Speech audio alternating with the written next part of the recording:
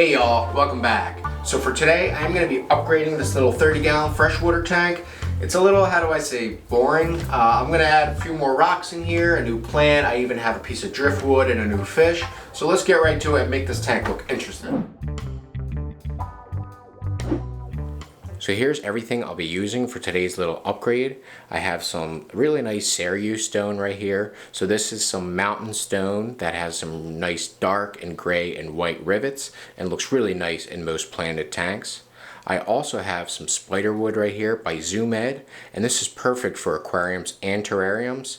Piece of advice: if you're putting this in a smaller tank, it's smart to cure it first. That means putting it in another tank and letting it filter there so that all the tannins come out of it. Basically, it can make your water brown because all the tannins come out of the wood, and it's smart to maybe do that in another aquarium. Now in this tank, I am going to put it in this 30-gallon tank, and I'll be keeping up with the water changes and also keeping an eye on it, so we should be in good shape. I also have an El Nino fern that I'll be adding in the tank just to spice things up. And last, but certainly not least, I have this black orchid beta that we're going to add to the tank. This little male was really cool. He looked all black from a distance, and when you look close up, you see all kinds of little colors on him. So he's still young, and he might color up into some interesting things, but if he stays nice and dark like this, that's cool as well. So let's get right to it. So I have these two koi angelfish. They actually are really nice. They have a nice orange head and they follow each other all day. I also have this Adino Acara that's hanging out here back in the corner. It's a nice fish and he's got a lot of cool patterns and some bright blue spots on him, and he's semi-aggressive, so he doesn't bother anybody. He just hangs out and does his thing.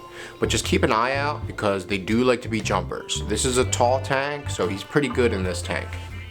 Also got these little Apisto cichlids. They're really cool. They just follow each other around. These guys are all juvenile, so eventually we'll find out who are the males and who are the females, and we might even get a breeding pair.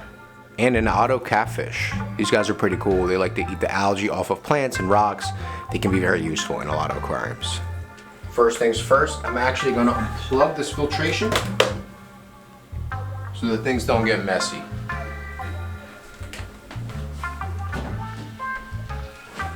I am going to take a little water off the top just to make room in the tank and so that it doesn't overflow.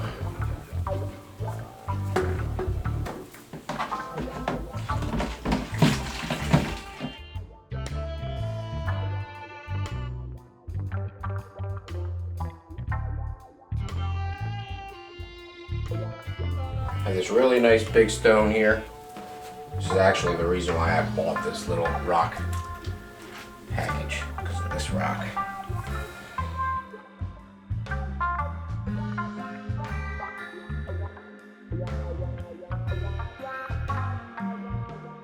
Here's a little piece of driftwood. Now this might float.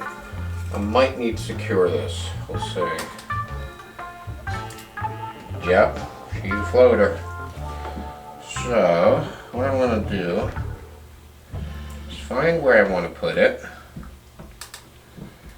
Something like that was my idea.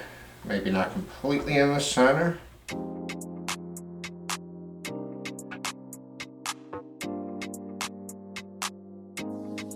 gonna have to put a rock on it just to really stop it from floating.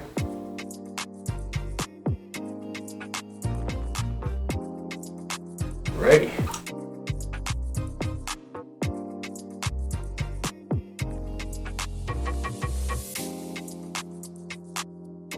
Since we have a plant there and we have a couple in the middle, I guess I'll put this one on the right here.